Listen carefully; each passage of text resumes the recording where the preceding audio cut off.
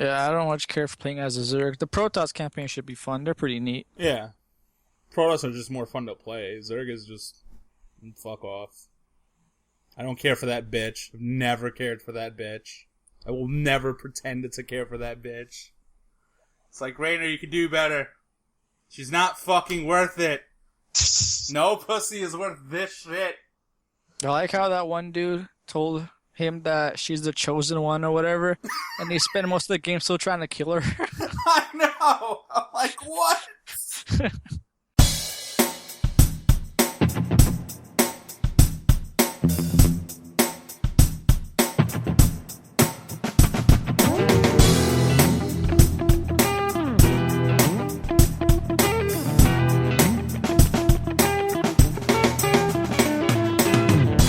Hello, welcome to episode 58 of the Endless Backlog Podcast, your number one amateur hour podcast as told by me, Gagandeep Singh.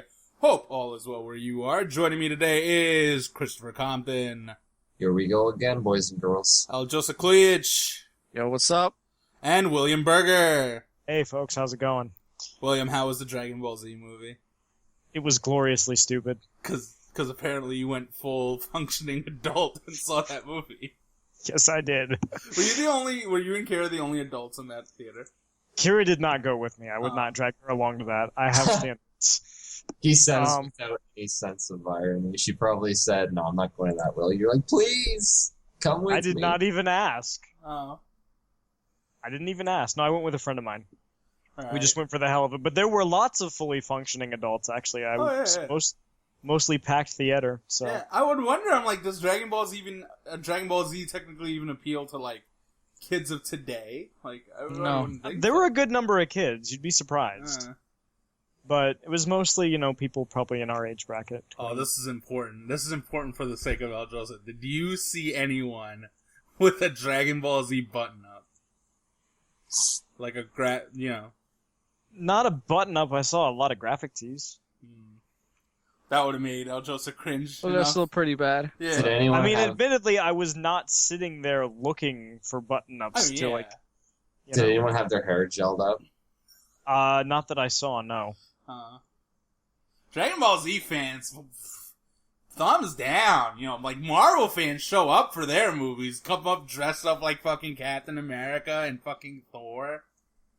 I haven't seen anybody dressed up. I mean, admittedly, it's easier to dress up as Captain America. You just wear a spangly outfit. With Goku, you have to spend like 4 hours in front of the mirror trying to get your hair to stand up the right way. But it's worth it. And 9 years training your body. 9 years training in a hyperbolic time chamber. Pretty much, yeah. But it was fun. It was just Dragon Ball Z. It was dumb. Yeah. We had a good time.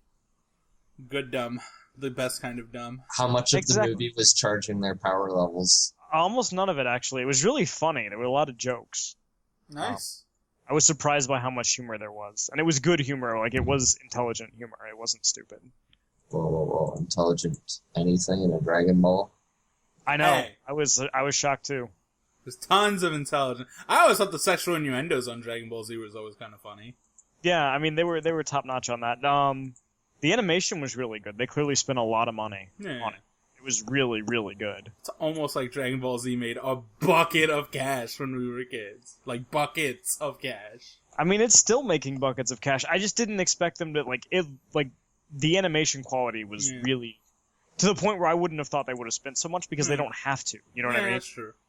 Well, especially because people, react so negatively when you switch up the animations after a certain point. Like, everybody's like, oh, it's... Like... in certain cases it's true, like modern Simpsons does, animates more fluidly, but they became less expressive. Right. With their new stuff, when that isn't necessarily a positive, but, at the end of the day, modern Simpsons issue is less to do with the animation, more to do with, they ran out of material. And they didn't have stories for years.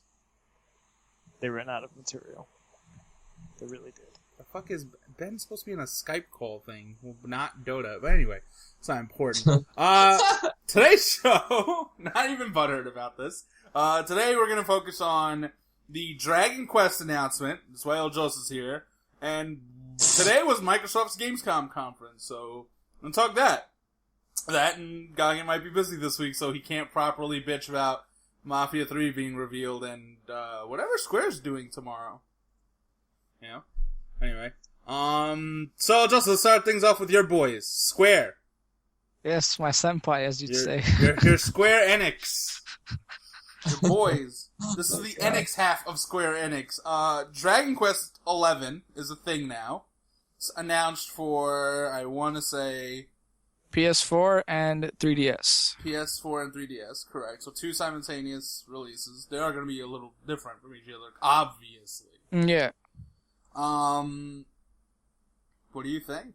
I mean, it's Dragon Quest, so I'm not going to act like I'm like some, Dragon I mean, Quest they fan. didn't really show like the battle system or anything yet. They just showed like the Exploration. normal like walking around just the field in the town. Mm-hmm.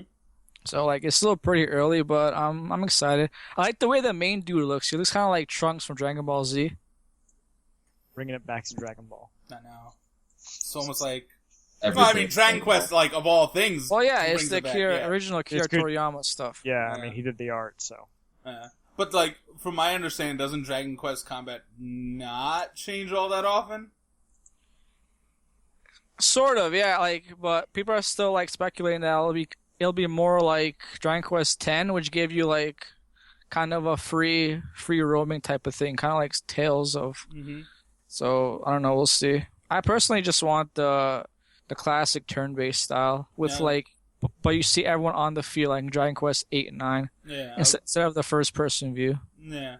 Some about turn-based first-person combat I'm not super into. That I'm seems okay like with it. I don't really mind it. weird. Yeah. I generally like it if it's like if you're walking in first person, like if you're like playing Etrian Odyssey or Persona Strange 2. Journey. Or like Legend of Persona- Grimrock. Yeah, those first person games. Then I'm okay with it. But Yeah, like going from third person, traveling around and stuff to first person. Weird. battles. Yeah, it looks kind of weird. Earthbound does it too, so. Yeah. Mother 3 does that well. Well, I don't know Mother why 3 is it more never rhythm. bothered- Yeah, it never really bothered me that because that game is just too good. So. Yeah, Mother 3 is fantastic. It's cool. The 3DS version of Dragon Quest like 11, it gives you a classic mode Mm-hmm. and like a modern mode. Like you have one part of it, like the Mhm. game can be played in 3D, like 3D animation, 3D characters, and so on, Mm-hmm. or it can be played in 2D, like Dragon Quest 4, 5, and 6, which is really cool. It's like 2 games in one essentially.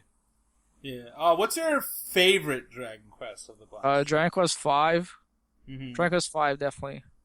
That was 5, 8. Enix proper. 8 was the one that was on the PS2, right? Yeah, Okay, so let me double back on that one. That was made by Level 5.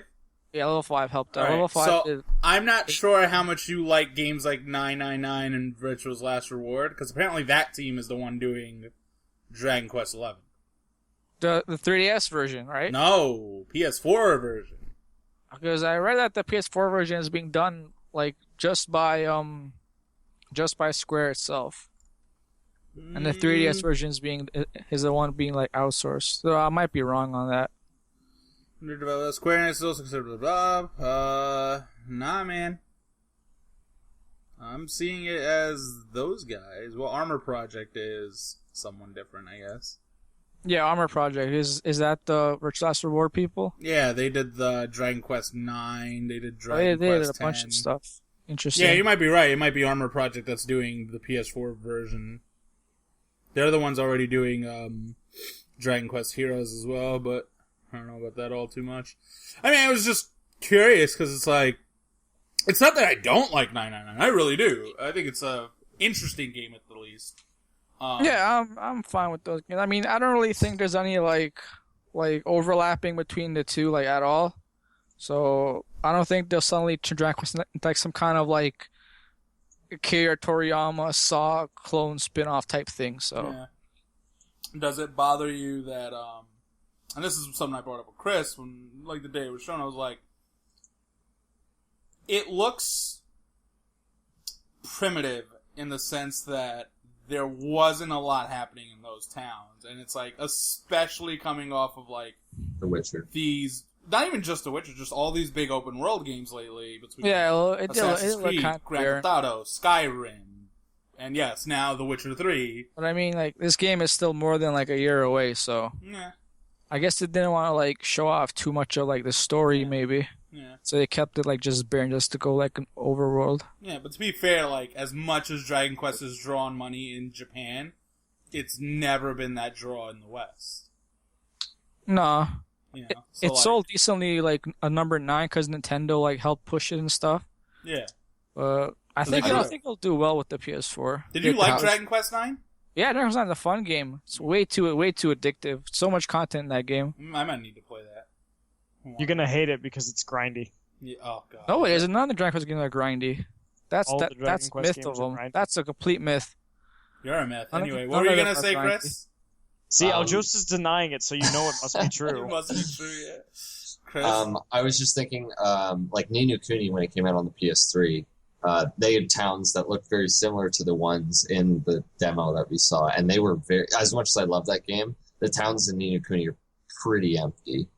Yeah, like it was very. It like took you out of the experience and like, oh wait, it was artificial, right? Right. Yeah. In No. comparison to like Witcher, which I feel like you get absorbed into that. Yeah. Like all I can remember is, I don't know. There's just something about the way in Ni no Kuni the townspeople all have very predictable patterns. They just go from like one spot to the next. Whereas in The Witcher, like I even remember NPCs that have no character development. Like I just remember this guy in like Novigrad that always says "Pam, param, param," and he just walks in circles, and it's like the funny, most random. And every time I go to that city, I look for that guy, and he's always doing this, and it makes me laugh. So yeah, it's just gonna be weird to go into a world where I feel like I don't expect NPCs to all have character, but I feel like The Witcher did that. And it's not really fair to compare; it's a totally different game. Well, But I mean, even when they're like not even NPCs, I'm just saying like just having a town feel bustling matters nowadays because it's like I don't like video game stories, and I especially don't like JRPG stories, but it isn't like Square doesn't think they make masterpieces in that regard. So when they throw it in your face, I'd like to at least be immersed into it, right? On some level. And I don't think it's a Square issue or a Dragon Quest issue or a Level 5 issue. I think it's just in general, JRPGs have sort of stagnated at that technical benchmark that was during the PS2 era. Like, realistically, they've been prettier visually. You know, still empty. Final Fantasy itself has had 2 attempts at more action-y combat between 12 and the most recent one coming up. But, like I said, yeah, those towns just don't have a lot to them in the grand scheme of things. Which, you know, doesn't necessarily mean the game's gonna suck. I rather play the game for the gameplay, but... I mean, I think like it'll be fixed by like release or they'll have, because like in the footage we saw, like we walked by several armor and weapon shops that were empty, which in a game like people would be there, right? So I'm just assuming they like took out the NPC just to show like the world and stuff. Or they could have like a Dark Cloud approach where you slowly, like maybe something's going on with the town, and you like slowly assemble people in the town. Oh dear God, no! Fuck that. Oh, fuck you. Fuck you so much. Dark Cloud is fine. Just I don't want that on Dragon Quest. Okay. You can play that Minecraft one if you want that. Dragon Quest. No. Yeah, I'm good, bro. I'm not fond of Square's terrible habits of announcing games that aren't anywhere fucking close to being released and probably won't be released within the next year or two. This will be released in the year because they want to get it out for the 30th anniversary. Yeah. Alright, so 2016. Fine, then Dragon Quest XI is like the first good announcement they've had in an actual long time. Yeah, that's what like I'm thinking like they'll have Final Fantasy 15 out by like March. It has to be next. I mean, Final Fantasy 15 is a given. That's a next year game. By March, and then they'll have this game out either by the summer or the winter, and then have Kingdom Hearts 3 2017 in March or so. Yeah, Kingdom Hearts. I'm still betting that they'll have Kingdom Hearts 3 out next year. Bullshit. Bullshit. Yeah, 2017. No. Holiday 2017. No. I'm betting on it. The team hasn't. They said they have a release date pinned down, and they're already doing voice acting. So, like Yeah, but even if it that releases next year in Japan, it's not going to release here next year because I have to translate all that shit. The games. Oh my god! And it's a Kingdom Hearts story, so you games know in English, they already have. It's voice acting. Yeah, you know it's going to be like all the stuff they've shown is in English. So I want to see the reaction of the translators when they get that script, and it's just like furrowed brows and just like thumbs pressed against temples and Well, just like, people oh are my thinking they're fuck. doing the translation at the same time because all we saw so far was with English voice acting in it, True. which isn't like something that's common with Japanese games in Square. I still don't Until- think it would make it next year. Absolutely not. Because Deus Ex is their big gun next year, in my opinion. Deus Ex is in March. They have plenty of time. I know that. I'm saying, well, no, Final Fantasy 15, as you just stated, is the Yeah, March they game. have. They have I'm saying because of, yeah, I think they're going to spread it out a little bit, because I think they've been banking on IDOS to fill in more gaps than just their Square guys, which is fine. Plus, I don't think I could handle when Persona gets delayed till next year, Kingdom Hearts comes out next year too, and like out of left field, Mass Effect 4 comes out in the same year. I'll just explode. I can't do it. Because, Chris, like, they now, also- They also got Star Chris, Ocean. what if 5 they all coming come out in the this year. same week? No, that's impossible. God damn it. I hate That- when developers used to do that weird shit, well, publishers, sorry, used to do that bullshit last gen. It's just like, why did this game come out at this other same time? Like, the one that always bugged me was, how the fuck do you release Project Gotham Racing 4 within 2 weeks of Halo 3? Yeah, that was crazy. Why? Even better that was yet, 2007, man. Who decided it would be a good idea to release Alan Wake the same day as Red Dead Redemption? Yeah, there Oh was my another God. one. Like, that game just got buried in the grand scheme of things. I remember Yeah. there was something else in 2007 that was ridiculous. I One just remember- game- One yeah. game this year is coming out on the same day as Metal Gear Solid 5. I can't remember what Mad what Max. game it is. They buried Mad the Max, game. They yeah, buried that that's game. it. Damn. Oh, man. And it's like, it's not even like the game looks amazing or even terrible or anything like that. It's just that whatever potential that game had Yeah. went down the drain from a sales standpoint because you wanted to release it on the same day as Metal Gear. And it's like, ideally the people you are appealing to is the core gaming audience, like either the dude bro or the person that reads too much of the internet.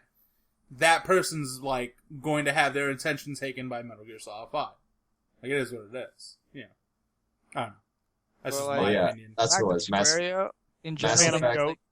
I think- Effect and Rock Band came out on the same day in 2007. Yes, that's what it was. God. And there was a lot of things like that. BioShock and Metroid Prime 3 came within like a few days of each other, which, you know, it bothered me because I wanted to play the new thing and fucking love Metroid, so. I whatever. remember XCOM and Dishonored came out on the same day. That was another I one. bought Yeah, that like, for- why? Well, I mean, we're like, whatever. That one was great because both of those games went on to be successful. So it's like, you know what? Doesn't feel like nothing of value was lost with that decision, you know? Yeah, it's kind of like when Last Action Hero came out on the same day as Jurassic Park, '94. I mean, yeah, what were those guys thinking? But like, you know, it bothers me when you do get the scenario of, what did you just say? Not Mass Effect Rock Band, that one isn't necessary. But the Halo 3 Project Gotham one bothers me because it's like, you killed Project Gotham as a franchise by doing that. Because that game just didn't sell as much. Everyone was Yeah. it came out after, I think, so everyone was still playing Halo. Yeah, in the grand scheme of things, it should have been a 2008 games because I think it would have done better against Burnout than it would have against Halo. As weird as that sounds. This No, is my it 2 cents. probably would have. Yeah.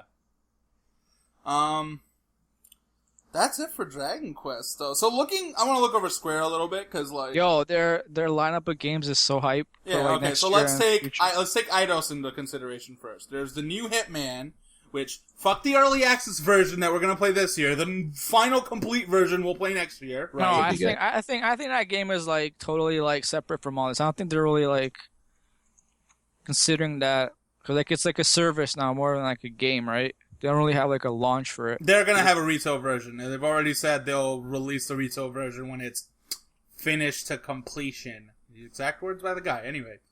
So there's At the new least they're not Hitman. charging. Once you pay for it, that's it. You're getting all the rest Yeah, of the that's fine. Anyway, there's a new Hitman, which they can only go uphill from Hitman Abomination.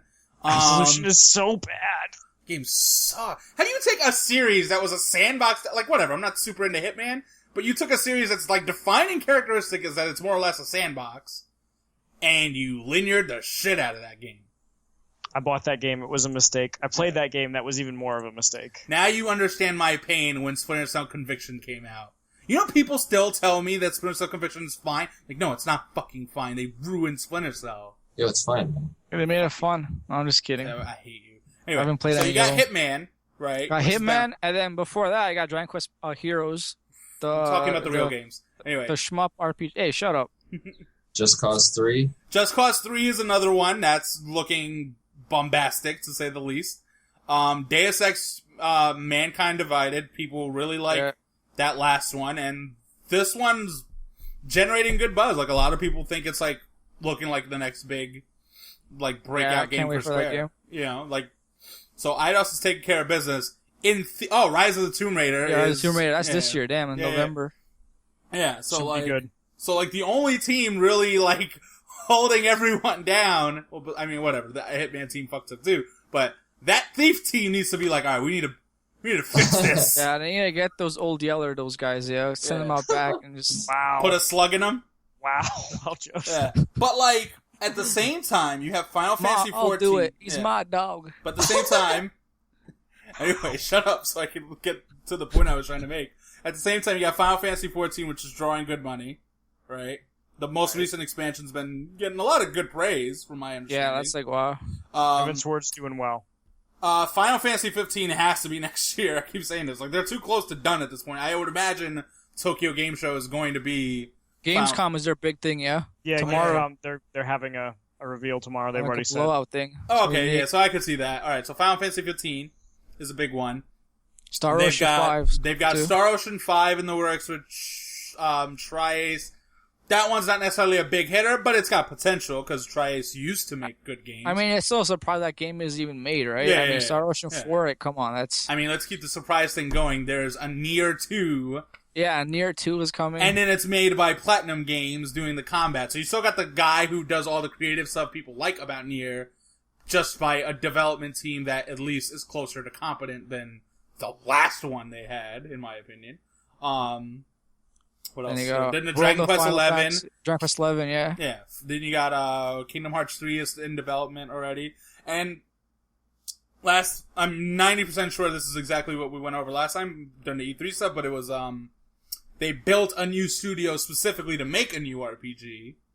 Yeah, Project Setsuna. Yeah, which, whatever, we're not going to see that anytime soon, but I'm just saying, like, they're starting to build a bit of a portfolio that really comes down to, now you just need to fucking deliver. Like, stop announcing things. And they got more smaller games coming, like World of Final Fantasy, Dragon Quest Builders. Yeah. But, like, those smaller all games, that none of their smaller games look interesting to me. To me, their smaller games look like you guys are making something that I wouldn't want to play in comparison to all this indie stuff that's looking way more interesting than your shit. Don't forget Final Fantasy VII Remake. Yeah. Oh, yeah, well, come on. That's about as real as fucking Shenmue 3 at this point to me. And like the most the coolest thing to me right now is that they're making Kingdom Hearts 3, Dragon Quest 11, and presumably Final Fantasy 7 with Unreal Engine 4. Yeah.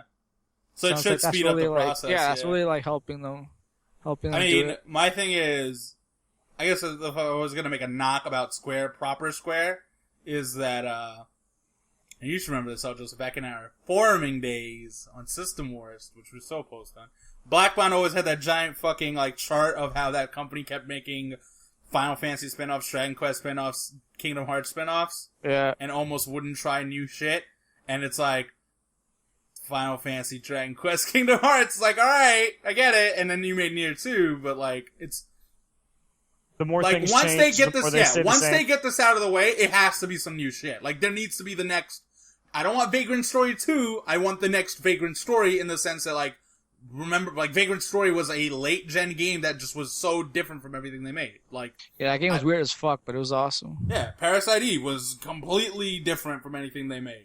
You know? And then they turned Parasite Eve into Resident Evil 2, which I wasn't a fan of. But Parasite Eve 2. Anyway. What about Xenogears? 3? What about 3? 3 is great in the sense that the story is so stupid, it comes off amazing in text. However, the game apparently is dog shit in half. If you ever want to make Kira mad, bring up the third birthday. Yeah. But the story, William, have you read that giant NeoGaf post? I was there when you read it out loud. It's so good! It's so dumb! So dumb. Yeah, but no, I don't think I've ever seen her so mad over a video game. Dude, it's She loves so Parasite terrible. Eve. She loves Parasite Eve. And it's Yeah, just that like, first Parasite Eve is fantastic. And, like, it was annoying because when they made Parasite Eve 2, it's not that Parasite Eve 2 isn't a good game. It is. It's just every bit of influence on that game came off as, oh, so Square really liked Resident Evil 2 and decided, oh, Parasite Eve could be like Resident Evil 2. Let's just be that. And it's like, you didn't need to do that. Because I like Parasite Eve more than Resident Evil 2. Damn it. Anyway. Yeah, man, Square. Really going back. Listen. Harkening back to the good old someone days. from Japan, someone of the big Japanese publishers needs to make a comeback. It sure as fuck ain't gonna be Konami. Or Capcom. Oh, Capcom makes me sad. Yo, to our viewers, someone on a forum we post on said that Capcom is still as good as when they were back in the day, or something like that, right? Like something you were heated about a few days ago. Gagging. Yeah, well, no, because everybody was trying to defend that Capcom isn't incompetent. I'm like, Sony had to come in and convince them to make Street Fighter V a sequel to one of their most iconic franchises, to a game that sold 8 million copies across, whatever, all those different versions, but then today it's 8 million copies. Like, why do you need anyone to convince you to make a sequel to that game? Are you kidding? That's like one of your actual moneymakers. Capcom comes off as like the only team that knows what the fuck they're doing is the people doing Monster Hunter. Because they know their audience and they keep delivering to their audience. Resident Evil, they don't know what the fuck they're doing with that franchise. Street Fighter, Ono is doing everything in his power to actually appeal to that fan base. Their other fighting games, Marvel vs. Capcom 3 launched as a train wreck. You couldn't even spectate, remember? Yeah. Street Fighter Cross Tekken has been, like, shat on by so many people in that community, right? That game was fun to play. It's fun, but, like, it was, like, the gem system. That had no longevity. Yeah. And then, like, they're never gonna go back to Darkstalkers or Power Stone, because sadly, those games did not draw money. You know, it is what it is. Profound sadness. But, like, how many goddamn times can Inafune make a stupid Kickstarter that he's never going to deliver on because Inafune was never an actual game developer? Whatever, he was a programmer, I don't care. The fact is, he never designed the actual, like, gameplay scenarios. Assholes. Anyway. He gets all this money from his Kickstarters, and somehow you still go, no, I don't think there's any interest in another Mega Man game. It's like, no, there totally is some interest in a Mega Man game, like, buckle down and make it on some level. You know, whatever. And now they're pimping out Resident Evil 2 Remake, and people are like, oh man, that's it. It's like, first of all, it's not Kamiya going back to make it, which is the big reason Resident Evil Remake worked the way it did, was that original Resident Evil 1 team was able to go back and say, what was the shit that was forced upon us? How can we do this better, right? Resident Evil 2 Remake is going to be done by the people who did Resident Evil 5 and Resident Evil 6. The fuck off. Anyway. With no disrespect intended towards Resident Evil 5. It's a fun game, but I'm just saying, no, get the fuck out. Fuck off. Anyway. Capcom. No disrespect to those people, but fuck those people. Yeah, no, because Resident Evil 5, the things that are fun about it are mechanical and it's co-op. However, its scenarios are actually one of its biggest failures whatever. It was always going to be a failure in the sense that it was following up Resident Evil 4, but in general, some of those scenarios were like, what the fuck were you doing? You know, and Resident Evil 2 has a ton of great scenarios, in my opinion. Like, even with those butthole tanky controls. Anyway. Moving on from Capcom, because they'll have plenty of other months to disappoint me. Fucking Capcom. I hate you all, Joseph. Why'd you bring it up? You didn't have to do this. It's okay. It can't be worse. It can't be Konami. I behaved for the last 40 minutes and not shitting on your senpai, and you do this to me. You do this to me. He just likes wrestling your Jimmy's, man. You can't let him do it. It's true. Capcom used to be so fucking good. Anyway, today was Microsoft Gamescom, and the big thing going into this was Crackdown, Quantum Break, and Scalebound were not part of E3, and they were told to be the big headliners of this one, while Microsoft would still announce a few new surprises, which we'll get to that, I guess. But starting things off, I like Max Payne 1 and 2. Not super into Alan Wake, though I do think it's a fun game. Sam Lake's the fucking man. And we got Quantum Break, so Chris. It seemed like a lot had changed, and we hadn't seen it for a year, right? Yeah. Something like that? Yeah, a year. It seemed like a lot had changed. Again, they mentioned the fact that the game might take place from multiple perspectives, but they were very heavily focusing on the actors they got for the game this time around. We got Sean Ashmore, Iceman, from the X-Men movies. Yeah, that was a cool move. We got Carcetti, Littlefinger, as the main villain, it seems like. And then they got Dominic Monaghan, which was one of the hobbits in all of the Lord of the Rings movies. So they were. So again, I'm not sure if those characters were always anticipated to be in the game, and this is just the first time we're seeing them, or they just totally reworked all the character designs and the story, because they were really focusing on that aspect of the game, and we had not seen that before. So I found that interesting. Well, we always knew it had like a TV thing going on, but yeah, they never announced the actors at the time. But like the main character looked the same, so I don't think it was like an overhaul. I think they were just finally ready to announce. Okay. Yeah. Like the finishing touches. It's possibly what it was. And then we saw the gameplay, and it's very like visually the effects are really impressive. I find I love the time mechanic. I think it'll be again. I'm not sure if it was just like a God mode demo, vertical slice, in the sense that he was just allowed to do anything whenever he wanted, because that game would pose no challenge the amount of stuff he was throwing out. Yeah. You could like freeze people and freeze time and warp around to different cover, and it looked amazing visually. But it's like how would you even get shot once? Yeah, I mean, I think what hurts that game's cause is like when you think about every demonstration we've ever seen of a video game ever, they're totally wrecking the thing that they're doing. Like they're owning that scenario, right? Right. But then, like when you actually play, it's like, oh, this is actually a lot more. It's not the cakewalk it looked like when they were doing it at E3. The problem for this game is, because he is using superpowers, it looks like he's even more overpowered than usual. Right. Right? So, Yeah, but it's it not the does, sense that it was a guy running through a hail of bullets and living. Yeah. He was not even getting shot. Like, it wasn't even close. I mean, he froze time and then Superman punched the shit out of one guy. I was like, Roman Reigns is this game? This is awesome! Yeah, the only part that like could pose a challenge is some other enemies in the environment have similar time warping abilities that you do. Yeah. We saw them last year? No, it was last year's Gamescom, I think. Yeah, no, they were there before. They're not new, but they did look like they could at least possibly harm you, whereas normal enemies, it's not even in a contest. My thing is, there's no meter showing me that I can't do this all. Like in Alan Wake, the flashlight is God, but like what's keeping you in check is batteries. Right. Again, they could just be disabling parts of the UI to make it more cinematic for the demo. Yeah, but which is probably what they're doing. Right. Yeah. That is the key thing that game requires from you just going off the handle here. Yeah. Like ideally, it's as simple as this: like you take the stamina bar out of Dark Souls, that game becomes a joke. I'm never lowering my shield. Yeah, like why would I even? It's you know that's the difference. I mean. So in this context, like there needs to be something holding you in check on some level. So. And the end of the demo showed off some story-related stuff, and like I said, Carcetti, and the whole going into that warehouse and it showing like a sped up. It's a very interesting way of doing exposition because it seems very narrative heavy, like Alan Wake was, in that sense you can hear voices.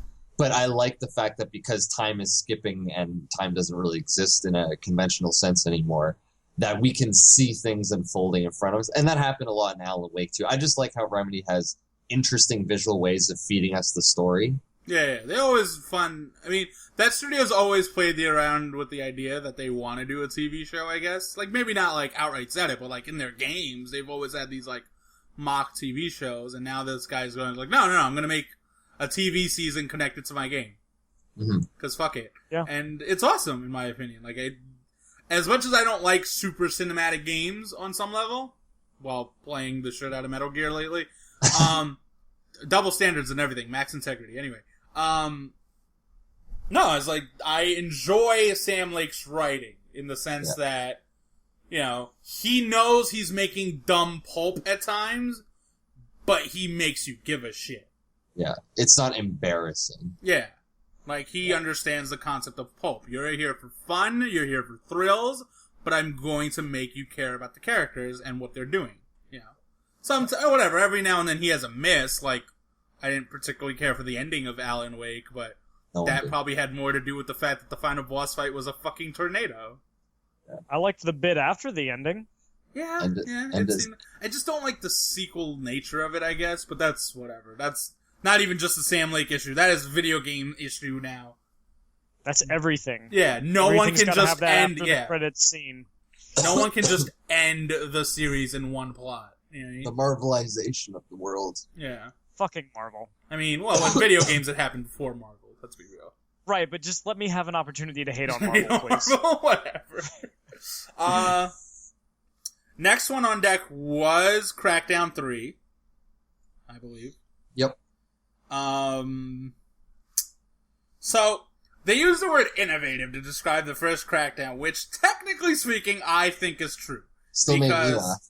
Whatever. Because, it maybe innovative is the wrong word, but I stand by this. I was like, that game had so much potential, because, like, as an actual sandbox that said, here's all your mission, here's all your goals that we're not gonna pretend to make you do these missions one by one. You can do them all in whatever order you want, come back and we'll give you an ending. Right?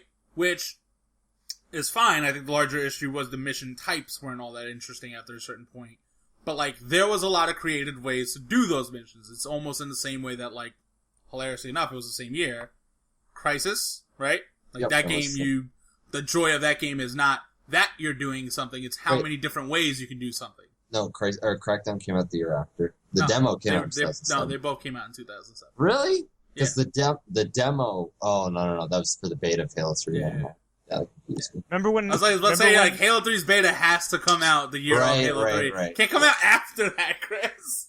We're really redundant. Like, hey, guys, we're giving you a beta of a game you already paid $60 for. So worth it. I mean, that seems like something 343 would do, but, you know. Probably would. That's more of a Destiny thing. Yeah, that is more of a Destiny thing lately. Anyway, fuck, I already broke that thing from last week. Anyway, so, whatever. Like, as long as they could build on that, they have my attention, because putting zombies in your game does not build on that. If anything, it's like, why would I ever need to be creative to kill zombies? Like Crackdown 2? Yeah.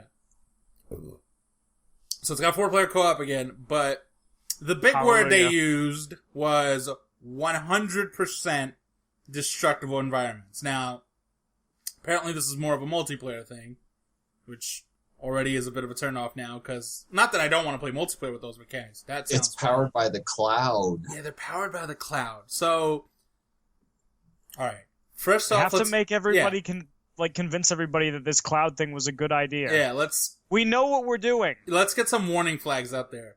Scalebound and Quantum Break are 2016 games. They had actual games to show. Crackdown is a 2016 game.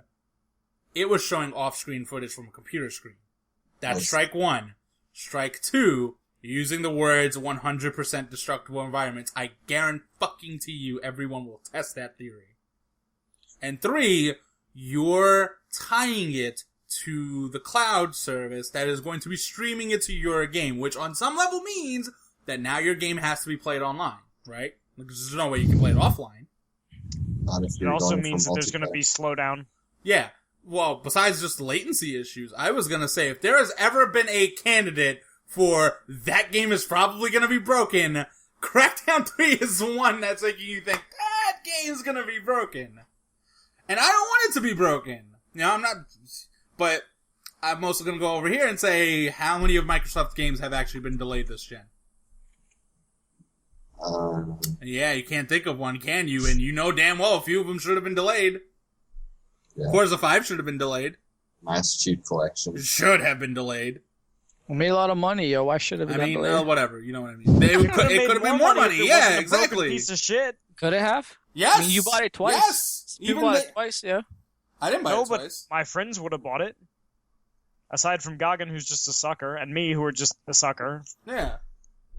Yeah, we believe that you couldn't mess up a remaster. A remaster! It's a port job! Which, whatever, I guess it was a harder port job than anything, but that's not the point. The point is, no one did the due diligence to make sure that thing works. It was a port job so difficult that it made sure that the Coalition was not going to do the same thing for Gears of War. Which, speaking of smooth moves, Coalition, Gears of War Ultimate comes with Gears of War 1, 2, and 3, which, like, whatever, if you're already on them, that doesn't mean anything. And Judgment. And Judgment, so yeah, like... That's a thing, I remember. Yeah, that's a game, so... Microsoft is pimping out this backwards compatibility. It's sort of like a pre-order bonus, which I'm not necessarily against. As long as you play it before December. Yeah, December 31st. Yeah, but that's Or like, January, December 31st. yeah, but that gives me plenty of time to, like... Rent it. Not rent it, but, like, wait it out for a decent sale. There's a rental. Yeah, no one rents games anymore. I rent them sometimes. Do you? Yeah, I have a GameFly account. Oh yeah, GameFly's a thing. Do we have that here, Chris? No. GameFly is not a thing in we don't Canada. have GameFly here. Yeah, and Yo, Canada doesn't have any nice things. Crackdown doesn't have to deliver 100% destructible environments as long as it's the true sequel to Red Faction Guerrilla. That's what I was thinking. I was like, this sounds exactly like what I would want. That seems like the logical thing to do with Crackdown is like, let me blow shit up as this like overpowered badass. Yeah. So like, in theory, that teaser they showed, of the few video game teasers that are representative of what they were going for, this one makes sense. Cause that teaser, if anyone remembers, is they put a bunch of bombs on, what was it, like a semi-truck, and just launched it into a building. Remember all I said was I want to be able to crash a truck into a skyscraper and watch it explode. And it's like, make this happen. Yeah, which is what they're aiming for. It's just, man, that's gotta be a holiday 2016 game that they can't show it right now. Or realistically, they should be aiming for 2017. Cause to me, it's unfair to the developer that they had to show their game this way. You know what I mean? Yeah. Well, plus when they said, oh, Crackdown 3 is missing E3, but it's going to be a big name at Gamescom, and they still only could show like 30 seconds of it. Yeah. And then the big one, the one I was obviously excited for because Hideki Kamiya bias, and Platinum Games bias, and just bias for all things dragons, I guess. Well, that's not true. I hate Dragon Age.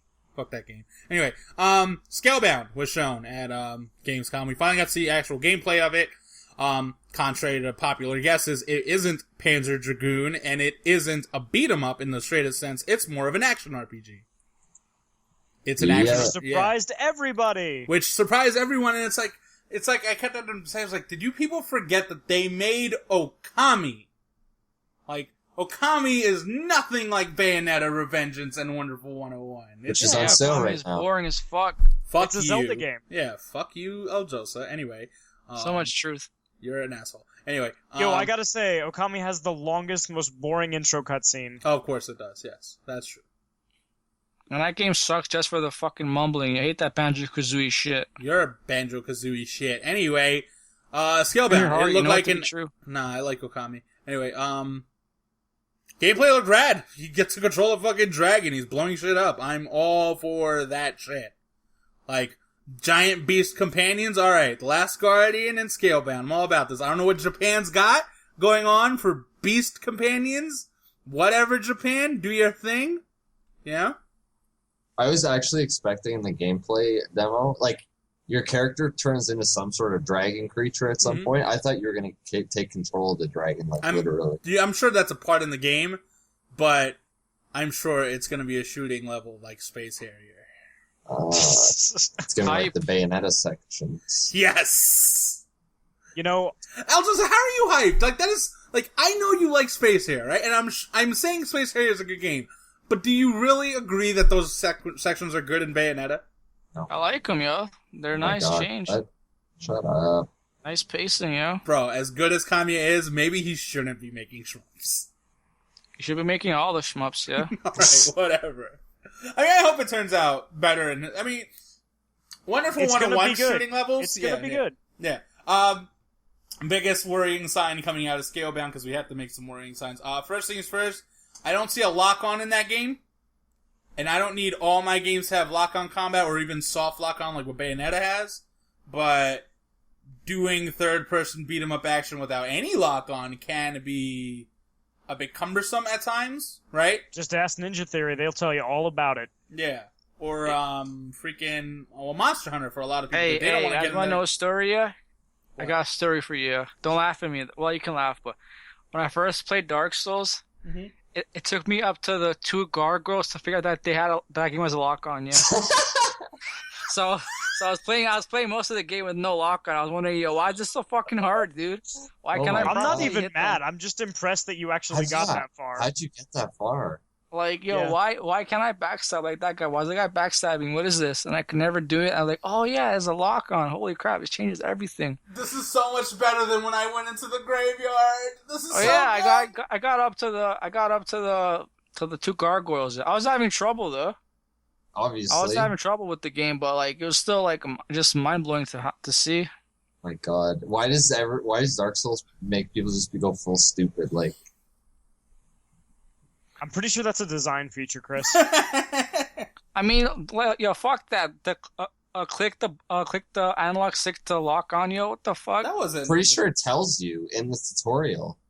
What's a tutorial? Okay, come on. Oh Did you my got God. read any of that shit? That's like literally the first part of the game is when you're reading Yeah, I signs. skipped all the messages, yo. Who the fuck Oh my reads God. messages? I love when he blames the game. I was like, no, I didn't. He does. No, I didn't. I'm not blaming the game. I'm not blaming the game at all. I'm just saying, yeah. He's just saying, who's got time for that shit? Yeah, I just did my thing. Learning how to play, who needs that? Yeah. You just fail until you don't anymore. But no, for Scalebound, I don't necessarily see it being a problem for the big enemies not having a lock on. Yeah, but if because they're they're big. smaller enemies, like other Yeah, dragons, he was whatever, whiffing shots, is what I'm seeing. Like, remember that sequence? Is like he was missing a lot of hits. You know, it Yeah, could for be the- they just haven't put it in yet. That's true. I just put it in. It did say pre-alpha footage, so I don't know. I don't know if that's a marketing thing nowadays. That but- is not a real thing. Alpha means that you have a working game that you can play. Pre-alpha Yeah. is not real. No, yeah. Well, whatever. Yeah, that makes no sense. Well, it better be some version of an alpha, because egad, that frame rate. It was Listen. like the second the dragon would touch any of the towers, Yeah. it just Yeah, tanked. it just died. And like, listen, it's not that Platinum games don't have frame rate dips, but here's the thing. They make console 60 frames per second. I use that qualifier because it's never locked at 60 frames. So their games have had frame rate dips. But like, shit you can tolerate because it was always, most of the way, above 30. This, however, was below 30. And 30 is a playable frame rate. Any frame rate below 30 is unplayable on some This is level. Blighttown levels at some Yeah. points. Like, Blighttown's a good level, but there's so many people that do not like that sequence of the game because, I mean, like, it's slow as molasses. Like, it is what it is. Like, it's not a coincidence that, like, when you get lag in a video game, it's basically frame rate dips. Frame rate dips. Frame rate dips. Too many R's in that. God damn. Jesus Christ. Yeah. Do you even English, bro? It was a tongue twister, right? God, relax. Not really. It is. Frame rate dips? Say it quicker. Frame rate Frame dips. Frame rate dips. Frame rate dips. Alright, Frame rate whatever. dips. Fuck you. Anyway, the frame rate dips were a little overkill, which whatever. I think that can be fixed by the time next year. 4-player co-op sounds badass in that game. If everyone would- gets a oh, dragon man. of their own. Oh, I that don't would see be that. so hype. I don't see that happening. it- I it- think it- it's gonna in be the one trailer. It dragon. looked that way. No, they all Chris- had their own dragons. You can't say this stuff. You can't say this stuff. Game will forever be disappointing if I don't have 4 dragons. No, in the trailer, it showed all of the guys showed up. Like it said, Kamiya was one of them, PG Kamiya, and like he had a dragon of his own, and then another guy showed up and he had a dragon. I mean, it was a CG trailer, but it was still. I mean, It's still Gagan, how happy will implies- you be if we could all like play No, this that game? sounds Dragon co-op? amazing. It's just that we just had the conversation about frame rate. You put Yo, 4 bro. on that screen. That thing will If be you like, thought Blighttown was bad, you ain't seen shit. yeah. I was gonna say. I mean, And I then don't know. Who knows? Maybe Yeah. And then IGN posted a longer demonstration. demo, yeah. Which they apparently got a whole thing going on this month. They're going to be showing a lot of scale-bound information, which So I'm they're giving excited them- for. Yeah. Like, that game definitely looked like, alright, yeah, this is definitely, I'm happy that it's Platinum doing something definitely different from, like, you can't call that they just made another Bayonetta or another Wonderful One. It's nothing like those games. It's like- a cross between a lot of different things. Yeah, like, it does have Devil May Cry-ish combat. Like, he did certain moves that I associate with Devil May Cry and Bayonetta, but at the end of the day, like, it is an action RPG. It is a fucking, like, if anything, it made me think more of Final Fantasy 15, except I know, like, the pure game feel of hitting something with a sword, and Scalebound's probably gonna end up feeling better. Final Fantasy 15 looks quicker. In some weird world, Platinum is the slower developer in comparison to Square. So, fuck everything else lately. It's the world we live in Yeah, now. but going back to the JRPG conversation we had earlier, but it's like, okay, so you got Final Fantasy 15 as the big gun, right? The Souls games have become their own big gun lately, relatively speaking, as their big IPs. Persona 5 is another one. But then you also have Scalebound as this new IP, and then you have things like Star Ocean and another Tales game, and like more traditional, like safe JRPG is being developed, right? So Right. it's I think that's refreshing after last generation's console cycle had. I mean, we talk about it like those JRPGs on consoles come off as Demon Souls is great, but then what else? There was Lost Odyssey, Ni no Kuni, and Lost then, Odyssey, forever the most underrated game. Yeah, but then like after that, it's like Blue Dragon sucked. Final Fantasy 13 sucked. That game gets called underrated so much it's not underrated anymore. What, Lost Odyssey? Lost Odyssey, yeah. Yeah. I think it was appropriately rated. I think It's a fine game. I think it just didn't. It just fine didn't. game. I think people have just forgotten about it, which Yeah, is... I think it's just one of those games. It's like Psyops. Like that was a cool game on the PS2. It's just, it is what it is. It just got forgotten in the. It was alright. It's too landslide. derivative. Yeah. That much I agree with. Like Lost Odyssey was a little. Blue like, Dragon was a better game. Get the fuck out! Like Blue Dragon combat is fun, man. It's Oh just my No, it God. It's isn't. underrated. Yes, it was. Josie, you say these things, and I just want to know, like... You're just being contrarian for the sake I'm of not it. being contrarian. Yo, Lost full Odyssey is fun. hipster right I just preferred Blue Dragon more. No one prefers Blue Dragon more. This is like being Team Stannis. No one prefers being Team Stannis. You Yeah, you all gotta were hype Team something. Stannis for a bit, yo. You Yeah, lasted more misleading. than Rob You Stark. tricked Lost Odyssey, the us. Rob Stark of video games. Oh my God. Rob Stark was the likable character, then that's And then perfectly you got fine. his head put on a wolf, yo, or his wolf head put on Hey, whatever, yo. hey. Point is he ain't living no more. Hey, listen, the good die young sometimes, alright? It's fine. And So that's your technically- excuse? and That's technically, your excuse? That's a Blue classic Dragon. song. How dare you say that's an Yeah, excuse? it's a classic song, but is that Blue your... Dragon is at a 79 on Metacritic. That is and way Lost too Odyssey, high. Lost Odyssey's at a 78, so I mean, I guess Blue Dragon is better. Right? There Wow, Chris. Wow. you can't argue with facts. In the words of the great poet Jay-Z, men lie, women lie, numbers don't. So, He's a great poet. great poet, great wordsmith of our time, Sean Jay-Z Carter. Please be quiet. He is a bit of a wordsmith. I'm not dissing that one. Poet Whatever. Smith. Damn, They showed Dark Souls 3 for like 2 minutes. Dark Souls 3, man. It looks It faster. looks fast. Yeah, it's faster. Backstab was looking good. That giant skull thing. It looks like the bosses aren't Yeah. giant dude in armor. My Aurorica, who's done our intro for our podcast, you can check them out at Point Insertion. Anyway, was like, so is Dark Souls your like fucking Assassin's Creed? I was like, first of all, I didn't really care for Dark Souls 2. Because I barely wanted to even play it after a certain point.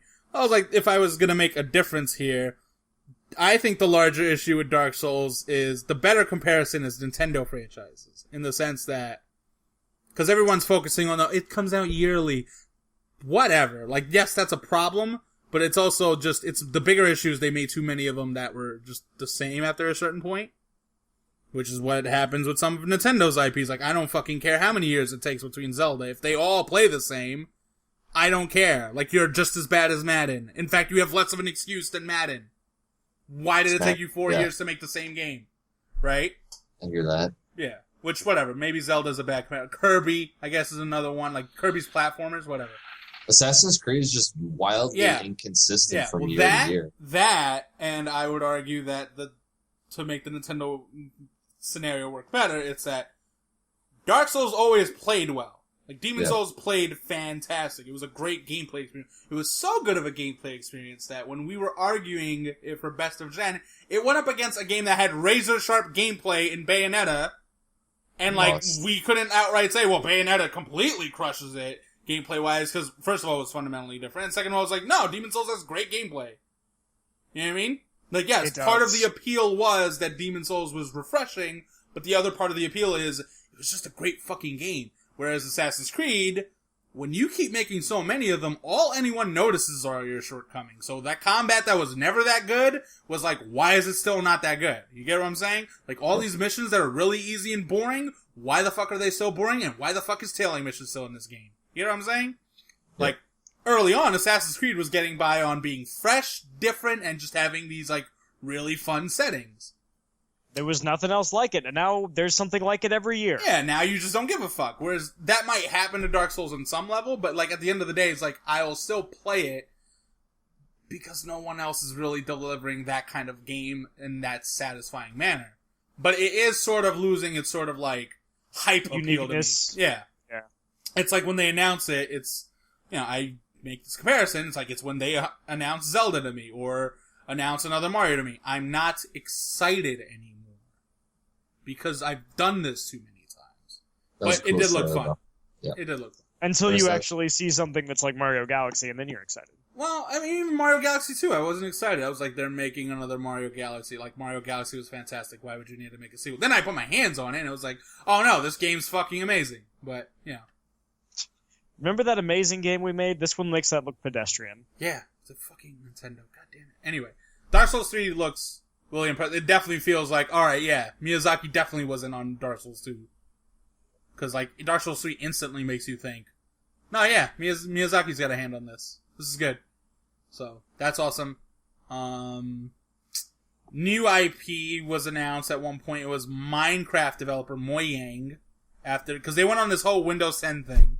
Which they should, because Windows 10 is big for Microsoft at this point. Yeah, It's pretty dope. it's pretty much, you Allegedly very good. I know, have it. allegedly It's very awesome. good, and like realistically, if we're going there, Microsoft's real breadwinner is still Windows. Like, I mean, it's not even fucking close. In any And it will capacity. be until the world doesn't run on Windows anymore. Yeah, which, you know, who knows? In 4 decades, it might not. I'd say 4 decades. It's probably underselling it a little bit. But, Mojang is making a new IP, which I think has a lot of sales potential, because I feel like you can pimp out the name from the creators of Minecraft on some level. Cobalt. But when I looked at Cobalt, I was like, that looks fun. It was like a side-scroller shooting game. But the whole time I'm going, I'm like, why would this stick out, though? Other than the fact that it's made by the creators of Minecraft. You get what I'm saying? Like, my disagreements with Destiny aside, it wasn't just the idea that it was made from the creators of Halo. That had a role to play in selling it. But it also instantly grabbed your attention. The visual direction, like whatever, it was pretty. And like, nothing sells you on a game than a game being pretty, right? Yep. It had great music. It had great music. It sounded like it was doing Souls-like things with that whole single-player, multiplayer connecting thing. You know.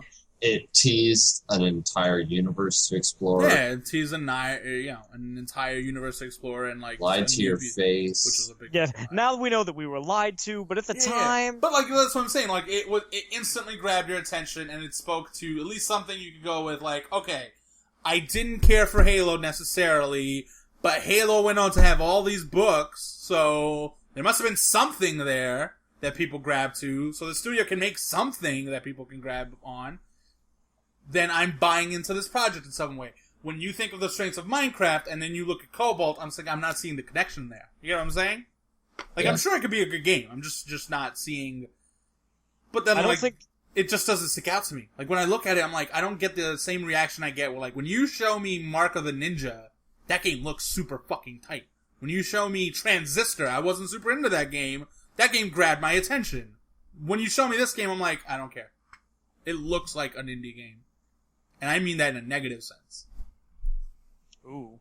The only part that grabbed me from the trailer is right near the end, because it's like you can flip into slow-mo, I think, at certain points, either if you dodge something in a very narrow capacity, or maybe there's a meter, I'm not sure. Yeah.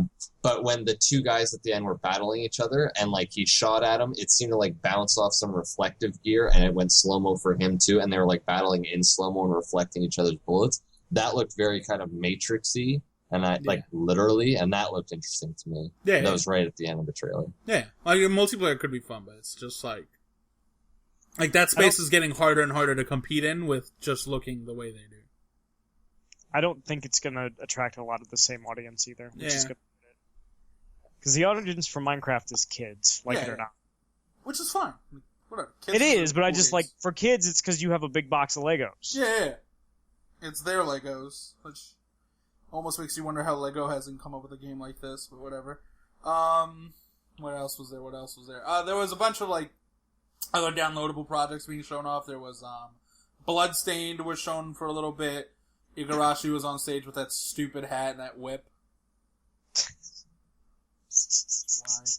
Me and El Joseph were shit talking him on Twitter. I'm like, Yeah, hey. that was. I was like, hey, he whipped out all the greatness out of Castlevania. With That shit was more embarrassing than your guy's mask. At least that was funny. The whipping, the thing. I mean, come on, man. Yeah, it's just There are no Texans in Germany. You won't get that appeal here. yeah. And my thing is just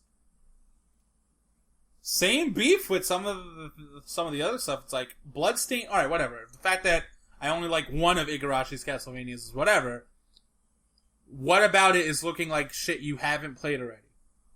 Like, he made a shit ton of Castlevania games on the DS or the Game Boy, and I'm like, okay, so what's the new hook here? You get what I'm saying? Like, to me, that on some level, that's the issue with Mighty Number 9. It's like, yeah, Capcom's doing a shitty job selling Mega Man, and I just made a rant on how Capcom should sell it, but I'm not giving Capcom the credit that they're actually thinking of creative things to do with Mega Man. I'm just saying that, what are you doing in Afune that helps this character stick out? Or at least this game stick out as anything other than, oh, they made Mega Man. Just different guy, you know? Because that seems to be a bit of a problem with these Kickstarter projects. At least the ones that have gotten popular. It's that they don't do enough progressive things, in my opinion. They just give me shit that was good 10 years ago. Wait, Mega Man? What? Yeah, Mighty Number 9, Oh yeah. Bloodstained. I mean, isn't that the entire like appeal of those two Kickstarter? games? Like, Yeah. I mean, it's their appeal, yeah. That's what they're selling. I get that. I understand that. But I'm looking at it from just my point of view, because, go me, is that, at the same time, like, let's be clear here, we're shitting on Call of Duty for coming out every year being the same. We're shitting on all these other games when they're new IP, and they're too much like something else, but we're totally fucking cool when someone's making the 10th when's the last Igarashi time we game. had a Castlevania or a Mega Man game? I mean, I can only compare those things. I guess, on some level, but I don't think time frame should matter in that regard. Because Why not? Why does it matter? Of course it should. Why? To be fair, though, like, there have been projects that are throwbacks, but have, like, pushed things forward. That's like what I'm Pillars of saying, like, there's- Eternity yeah. and Larian and Faster Than Light. Well, no, I think Pose of Eternity is a bigger offender of that, too. I think it's Divinity Original Sin that comes off as, like... Well, that one, too. The Larian Studios project. yeah, their project was, we're not just giving you a classic RPG, we're giving you a classic RPG, but then we're, like, putting modern twists on it that make it something new. Like, Shovel Knight wasn't just a retro game, it had modern, like, things added to it, like, alright, how would these games have changed if these games were still being made? Whereas, Pillars, all due respect, very well made game, and plenty of people will argue it's better than Divinity by simply because Obsidian's better at storytelling than Larian is, which, not necessarily disagreeing with. However, more than enough people will say if there's one major knock for Pillars, it's that it doesn't feel like the next thing from that era. It feels like another game from that era, just done prettier, right? Mm-hmm. Which you could say is a knock or not a knock. I think on some level it is. I want to see something more creative done in this space. Like, you got to leave Konami, so do something interesting with it. Like, don't just make an Igarashi Castlevania. Make an Igarashi Castlevania, but then, like, take it a step forward now. Yeah, take the next step for that. You know what I'm saying? Like, adding a new character doesn't do that. Like, what does that even do? You know what I mean? Whatever. That's just my 2 cents, Aljosa. If you have a disagreement there. No, I mean, to be honest, I don't really give a shit about either of those two games. I just don't like them because they look boring as hell, not because they look similar to something else. I mean, I think, like, the period of Kickstarter stuff that we're in for that is just kind of a proof of that people are still interested in these kind of games and that they have a life beyond big publishers. And you're hoping that the sequels to those things are going to be those. Better, exactly. I think we just have to get to there is still a market for this, and then from that point we can move on to something else. But like, what part of that is nostalgia as opposed to like genuine interest in something? Well, I mean, sometimes nostalgia is genuine interest. Yeah, I think sometimes that's all it is. Well, I think of like Mad Max on some level being the way it is. Like, first of all, people wanted to see because like those old movies are beloved. You know what I mean? Like, people still cream their pants over Star Wars, and it's not because Star Wars hasn't shit the bed. It's because people still recognize when Star Wars used to be good to a lot of people. You know what I mean? You know, like nostalgia has its appeal at the end of the day. Anyway. But like nostalgic appeal isn't really like a long-term thing, though. I agree. It's just I agree. No, one-time game. But that's why I'm saying. I hope those games are good. I'm nothing against them. Like that's why I'm saying. Like if you're banking on nostalgia, here's the problem: is that only probably works once or twice. If you want a long-term move, you need to make something new and different or a step forward. Like if Platinum had just been making Bayonetta this whole time, I don't think they would be that interesting of a developer. Like it's been in their best interest to be different. From project to project to project. To be the mercenary studio we all know and love. Like, whatever. In between, they're gonna make a stinker, like Mad World or Legend of Korra, but if that's what gets us to a Bayonetta or a creative project like Wonderful 101 or whatever the fuck Scalebound is right now, because that game looks fucking sick, then okay, I'm fine so with it. Yeah. Like, if that's the nature of the beast, that's the nature of the beast. You know what I mean? So... other than that, though, the rest of the downloadable stuff, nothing. There was no Below wasn't shown again. Which is a shame because that looks really interesting. We the Few? We the Happy Few. We the Happy Few, or whatever. We the Happy Few. That game had a really creepy trailer. Really creepy trailer. Yeah, it was a little. I thought it was a little ham-fisted.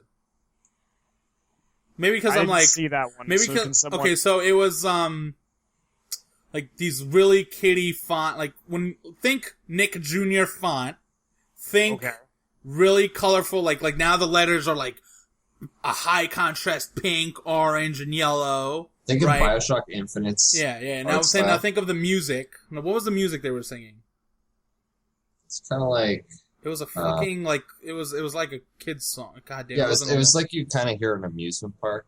Yeah. It was like an amusement park. Fuck, I know what the song lyrics are now, just escaping my mind. Wait, what song? We Happy Few. Pardon? We Happy Few, the game they showed off at Gamescom. Oh, that right. Right.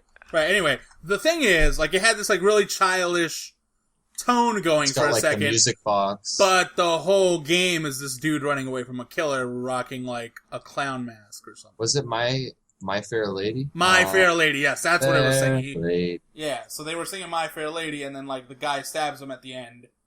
He's wearing, so it was like it was contrasting tones is what they were going for. Right? So they're pulling the whole Mad World thing. Sort of, yes. Except that, yeah. Which, like, no, it definitely looks like it's gonna be a little zany, but it's just, I feel like that trick they went with, the whole, here's this, like, childish thing you're gonna associate with kids, and then here's this super grim dark thing. You get what I'm saying? I wouldn't say, darkness of the far future. Yeah, grim dark isn't the right word, but it was like, yeah, it wasn't twisted. terrifying, it was just very unsettling. It looks like BioShock, like, even more. Yeah, no, it looked very BioShocky. They all have white masks on. It looks like an idyllic world, but... Eyes wide shut type shit. Yeah, very. Yeah, I mean, it has a ton of potential as an idea. Like, that grabbed my attention, you get what I'm saying? Kind of like the sex party in Honest Cop, which is what we call True Detective. Yes, okay, yeah. Season 2. But yeah, like, it speaks to, like, as much as it wasn't a lot of gameplay, which normally I would diss, but, like, again, that game sort of grabbed my attention at the time in the sense that I was like, at least this is different. I don't like the ham-fisted tone, I guess, maybe. I don't know. After that, though, then it got into the usual round of games we already knew about. Just Cause 3 had a good trailer. Yeah. Every time Rainbow Six, I cannot pretend to even give a fuck. Siege? Yeah, I just don't care. It doesn't look like a tactical shooter. It doesn't look like a fun multiplayer game. It doesn't look fun. It doesn't look good. Remember how we were hyped for that a couple years ago? Yeah. I don't know what this Wii is, but okay. It's just Me and yeah, it looked like cops are real life cops and robbers. Yeah, but then it's like this is just a multiplayer mode, but like it looks happy. Like whatever, it could be super satisfying for all I know, but it's just not doing anything for me. Halo 5 was shown in maybe the stupidest way you can ever show it during one of these things. So, on record, I want gameplay shown first above anything else, right? Whatever. Showing Halo 5 multiplayer match, all for it. Getting pro players to do it, as in they're going to show you the best way to play the game, fine. I like watching Flamesword. He's the guy with the optic beard. He was that team. They lost in the match. God damn you, Flamesword. He's entertaining. I subscribe to his YouTube channel because he, like I said, is entertaining. However, I don't want an esports broadcast team calling a fucking match during a when I'm being shown a game. Right? Right. Because especially during a press conference, it looks weird. Because I don't think everyone there buys into this, right? And I don't think that's the platform you want to sell the esports part. I think the esport thing you can sell separately because it will sell to a very specific group of people. Esports. And it's Halo. And it's Halo. You don't need a press conference to sell it sometimes. Like, it basically sells itself on some level. So, in my opinion, what they should have done was replace those two yahoos and replace them with, like, fucking, I don't know, a guy just talking about the game. Or maybe one of the players playing the game and, like, explaining what they were doing, like, how this is how. Because, like, then I think you change the whole game for a lot of people in the sense that it's one thing when the corporate suits say it, but Halo's pro players have thrown Halo 4 under the bus. I mean, thrown Halo 4 under the bus. They play it because that's where the money's at, right? Like, they even straight up say, it's like, that is a job. When we want to play Halo, we'll go play Halo 3 or Halo 2 Anniversary. We want to get paid, we'll go do the Halo 4 tournaments. You get what I'm saying? Yeah. So, like, when they're saying positive things about Halo 4, that holds merit to a lot of people. Because, like, okay, wait a minute. These guys are in, guess they fixed certain things, which I think they did. It's just, I don't think that's how you present the game. Otherwise, Halo 5's multiplayer to me looks fun. But Halo's multiplayer has always been fun to me, so whatever. Forza. Those rain effects. Look good. See if it can top Project Cars or Drive Club. Yeah. But, I mean, Forza's gonna be legit, I think, whatever. But it's just, it's Forza. We're on the 6th Forza. You've sort of gotten to a point where you're like, yep, that's Forza. It's cars. How much more Forza can you have? How much more Forza can you make? Forza Italia. Oh yeah, I guess the word is Forza. Anyway. Forza. Rise of the Tomb Raider. That Looks neat. game is as far away from being Tomb Raider as anything possible at this point. But whatever, like, it looked fun. I think the pseudo stealth. I zoned out at that bit. Yeah, the pseudo stealth third person stuff is fine. Like, whatever. It's taking. That seems to be the thing for the third person cover shooter now, is having stealth mechanics and then having sneaky way to do things, which, again, it's what I liked about The Last of Us, was entertaining. So, and I thought that was the best parts of Tomb Raider, the reboot. So if you're giving me more of that, I'm fine with that. She had a lot of violent kills in that footage. I was like, wow, this is a little gruesome. So that was good. She's a murder psychopath. Yeah. She's not a hero. Yeah. Other than that, I was upset they didn't show any Cuphead. They just mentioned it briefly, and that was it. You're into Cuphead? Fuck yeah, I love those classic like Disney cartoons and stuff. That game looks fun too to play. It's good. just a boss rush here. I'm down with that. Heard. Yeah, that game should have been shown. The only thing about Tomb Raider, they mentioned survival elements again, but they mentioned survival elements with the reboot, and well, that turned out the way it fucking did. Basically a non-fucking factor. They said the world is bigger than there was in the reboot, which, again, I don't care how much bigger it is. You need to actually show me some meaningful exploration. There's more tombs. I at least got that impression. Like, if their idea is to still do one puzzle tombs, then the way to make that work is have maybe a higher quantity of tombs. Which, then, I think you make the exploration actually meaningful. But then that also means you better have a good range of upgrades. Because if I'm just getting more bullets for my gun, that's not going to feel all that interesting in the grand scheme of things. I don't know. Otherwise... Real quick, when they did a recent Game Informer thing on Rise of the Tomb Raider, they talked about they wanted to make the tombs bigger. They wanted to make hunting actually matter. They talked about you could upgrade your weapons different ways based on a lot of different items that you would find. Mm-hmm. So... Seems like they're taking a lot of that into account. Yeah, like, that's fine. Like, if those things matter, because, like, to me, the survival stuff makes the most sense as simple as just make it like Snake Eater. give her a stamina bar. She has to eat. Yeah, like, then she has to eat. Like, the reason you eat in Snake Eater is because beyond the fact that Homeboy will start getting slower, when you're sneaking and need to be quiet and his fucking stomach growls, that's one of the most annoying reasons for getting caught. It's like, oh, right, I should've just, like, shot a snake or two on my way here.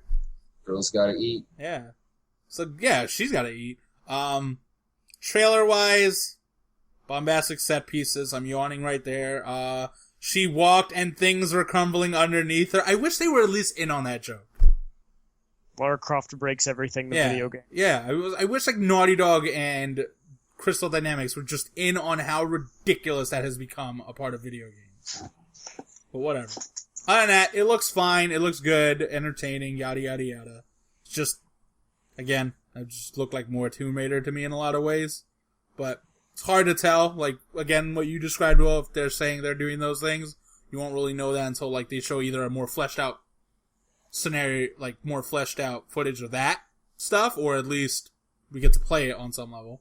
I guess it's just hard to show those more... Because you're not going to show that during a press conference, because everybody's going to be bored out of their mind looking at menus. It takes too long, exactly. Yeah. So, which then begs the questions, like, are press conferences good? Like, maybe is there a different way we should be doing this? I don't know, we'll see Sony's later, oh wait. Yeah. It's like, maybe Nintendo's Directs are sort of right.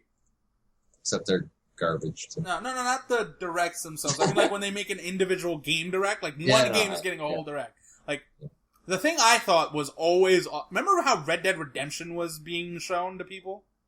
With those trailers explaining the way the game Yes! works. And it was like individual pieces of the games. I loved that shit. I thought that was fantastic. And they did the same thing with Max Payne and GTA, too. GTA 5, Alan Wake did something similar. It felt like almost as a response to Red Dead Redemption in a weird way. But, like, to me, that sold the game more. And just because you were showing me more things about the game. It's just, I don't know. That's about it after that. Right. The final announcement. The closer. The close. If you can call it that. They're making a sequel to Halo Wars, which, I'm gonna go on record. Fuck that game. It wasn't that good. It wasn't good at all. It was a console RTS. But the only thing stopping me from, like, full-on laughing at it is that Creative Assembly is making Halo Wars 2, and it is on Windows.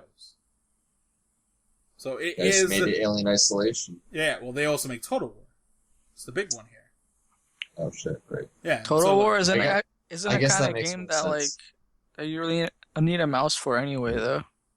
Oh yeah. That's what I was thinking. I was like, if it's gonna make that direction, because okay, so people care enough about Halo's universe that they want to know about this team. They want some version of a strategy game with this team. In my opinion, a gamepad is not built for an RTS. It simply isn't. Like, the mouse and keyboard is barely built for some RTS games. Like, I have to do so many, like, key switches for certain games because the controls they came up with are still a little ridiculous. Right? So, the gamepad, like, no. Like, if you make it for a gamepad, you end up with an all-unit scenario with Halo 4s where you just make this really shallow, simple strategy game that has none of the appeal that I would want from an RTS, which is a shame, because Halo's universe absolutely could sell an RTS. It absolutely could. My thing is, I think if you're going to do a Halo strategy game on a gamepad, you would do a turn-based strategy game. If anything, it should be more like XCOM.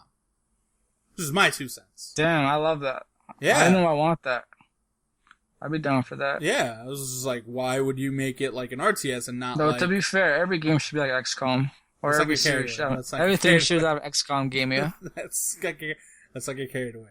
But allegedly there's a mouse and keyboard thing coming out for the Xbox One. So that's, like, cause I want the game built around a mouse and keyboard. Or at the least, there should be a gap between what the Xbox One version is and the PC version. Which there isn't, cause there's a crossplay. Yo, it better be an actual mouse and keyboard. None of those fucking ones that, like, simulate a mouse and keyboard. Yeah, none of that Razer bullshit. Yeah, that's some fraud shit, bro. Because my whole thing is, like, if you built it for a gamepad, you have directly impacted the development. Yeah, there's no way around it, no matter what, like, peripheral you cannot make StarCraft out of a gamepad. You can't make Command and Conquer 3 out of a gamepad. You cannot make Warcraft on a gamepad. You cannot make Total War and Company of Heroes on gamepads. It just would not. You would have to pair those games back. They couldn't make Age of Empires on a gamepad because that's basically what Halo Wars is working off of because they had to pair the game back so much. Like, that's just the nature of what a gamepad is. It is not built for that style of game. William? You were going to say something before I cut you off. Oh, no, I'm just... Halo Wars was the big thing for me. I got home and basically all my friends were... I dumped hundreds of hours into that game. I thought the multiplayer was a lot of fun. I'd really like to see it as a proper RTS. Yeah. Like, to be fair... Let's also give Microsoft their credit. They listened to... There's plenty of people that wanted a sequel to that game, and with studio shut down, you basically wrote that off as well, they're never going to make Halo the strategy game again because it doesn't sell as much as shooters, right? Which pretty much. Obviously it doesn't, but then it's like, alright, someone at Microsoft said, no, let's make it. And then someone at Microsoft was savvy enough to say, let's also have a PC version. Yeah. So props to Microsoft. They made my day. Someone watched the Sony press conference over at Microsoft. It's like, we should have some Make-A-Wish foundations. We should have our own Make-A-Wish foundations? Yeah. So yeah, that was it for Microsoft in the grand scheme of things. I would not have closed with Halo Wars 2. I said it before, whatever. Kundi said that he wouldn't close with Scalebound either. Fine, in my opinion, you open with Scalebound and you finish with Quantum Break. Yeah, I would finish with Quantum Break. I think Quantum Break would have been a better closer. I don't know. Like, Halo Wars did really well, and I think there is definitely a huge, or not huge, but good size fan base for that game. It sold a couple million copies. I mean, yeah, it is relatively huge because Halo has a huge fan base. Like, we used to post with the kid, Spirit of Fire, who was super into that lore. Like, I mean, if I had a question about that universe, it was simple as, like, hit him up on Xbox Live, like, yo, what the fuck was Harvest? Like, what is Harvest even? Like, is that like the sequel to Buck Bumble? Yeah, whatever. Anyway. And then he would give you like a detailed... No, he'd give you the detailed version because like he was like people into Halo, like there's a huge Halo lore gaff thread that goes for days. Right? So people really like that universe. For whatever reason. I'm pretty into it. I mean, I read the books. Yeah. Like, I get it. But I just think it's cool that we're getting that game. Yeah, like, to be fair, like, there were things about Halo Wars' story that I was like, you know what, it's entertaining. Like, it's a new group of characters. It isn't Master Chief and Cortana. It isn't tied to the same type of, like, Bungie cheese, necessarily. I didn't like that the Flood was in Halo Wars. That bothers me on some level. Because they're too early in the canon now. It's like, no, humanity's first contact with the Flood had to be the first Halo raid. Humanity's first contact. Yes, I am going to go full nerd about this. That bothers me so goddamn much. Just like Halo Reach's ending. Fuck that shit. Why is it at least they wrote an excuse for that into the plot. Yeah. No, they did. They did. Because of video game reasons. I mean, whatever. Yo, hey, speaking of lore, do you guys hear about how some bloke, like fucking wrote a 90-page analysis of Bloodborne's lore and shit?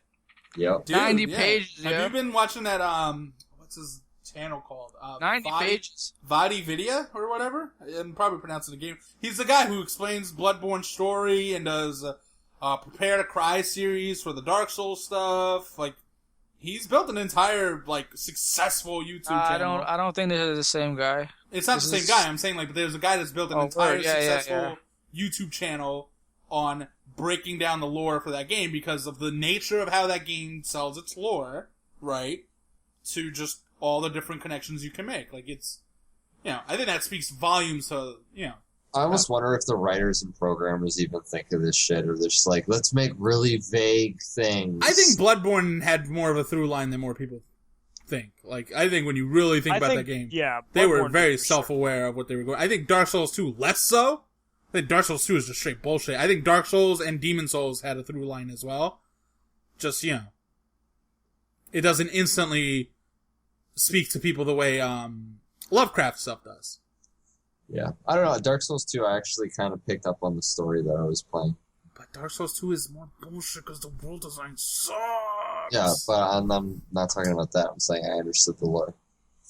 That was, I think of all the games, Bloodborne and Dark Souls 2 I understand the best. Lore is okay, except I kill everyone, so I don't get to know what the hell I know. really Well, are. there's the old Joseph method of lore. So, I don't know. I I thought it was a All in all, I thought it was a solid conference. I just didn't think it was great because I was like, everything that was cool that was shown, we already knew about.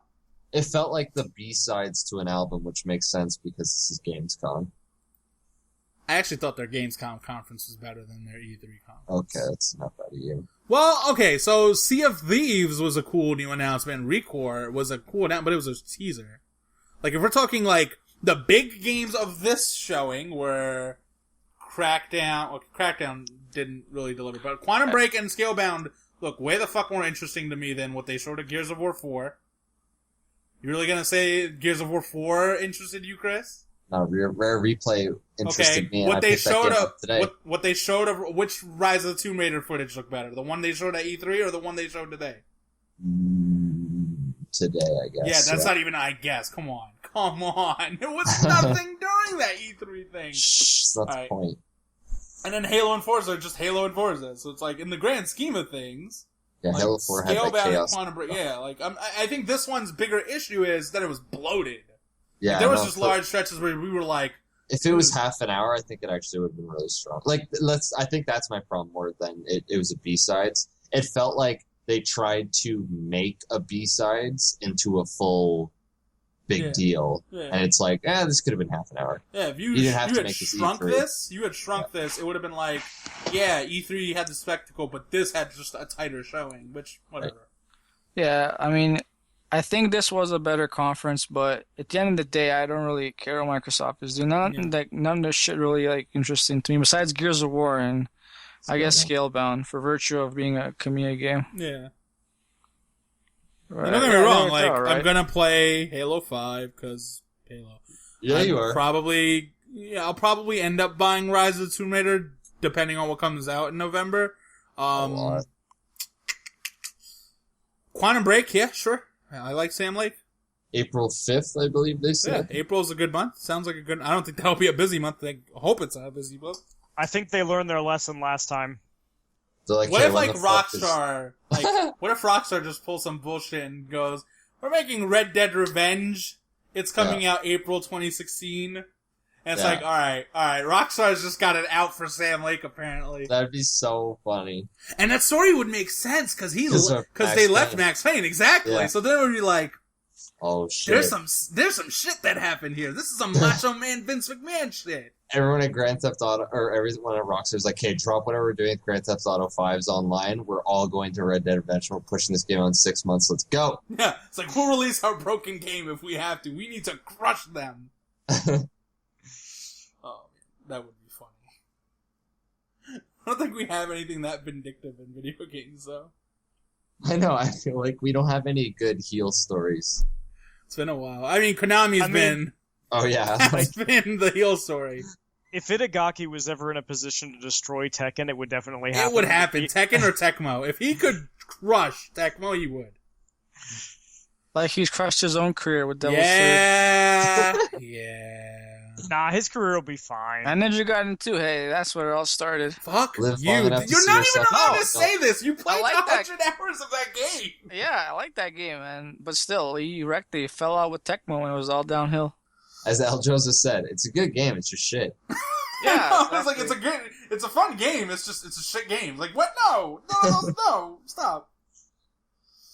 Asshole. Which, whatever. I think I've used that argument before. I was like, yeah, the game's fun in a dumb sort of way. I think you said that for like The Witcher. It's a shit game, but Well, The Witcher's endearing, because it punches so far above its weight. Like, I respect it for trying so hard. It's like a...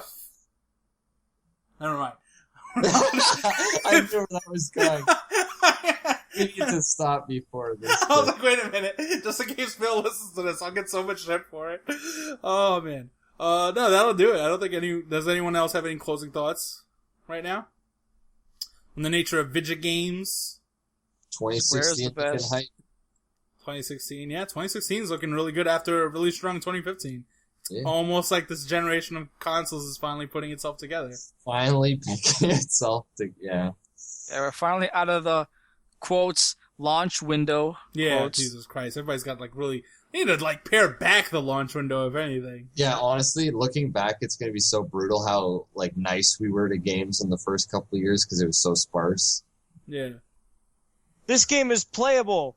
Yay! A reason to dust off my next-gen console. Huh, okay, so wait. 10. What game do you think got that love, that treatment, that it was so dry out here? We gave that game way more credit than it deserved. What was that game? You think, Chris? I bet you got one. You already think. It was like maybe we gave that too much credit. Dead Rising 3. Yeah, probably Dead Rising 3. That game was basically busted. How did you give that game that much credit? Like, it's fun. Because I could shoot dildos at people. How is that not an 8 out of 10? Oh my god, you gave it an 8. I remember this. That was a little high. And for me, that game was Lego City. Yeah. I love Lego, but that game, yeah, that was bro. Yeah, my god, that one was really dry because it's the Wii U of all. Yeah, those. that was like wow. Wow, that system was so thirsty for games. That was before 1-1-1, yo. That was like before this shit. Goddamn. And then Street Fighter 4 on 3DS. Oh my god. That game, why even? That's like the only thing that came out back then. I put 30 hours in that game, yeah. I was so cheap on that. I just put shortcuts on the bottom screen so I go online and have like instant combos all the time. I just cheesed my way to victory. No way, that's so unlike you, cheesing. Yeah, that right? doesn't sound like something Aljosa would do at all.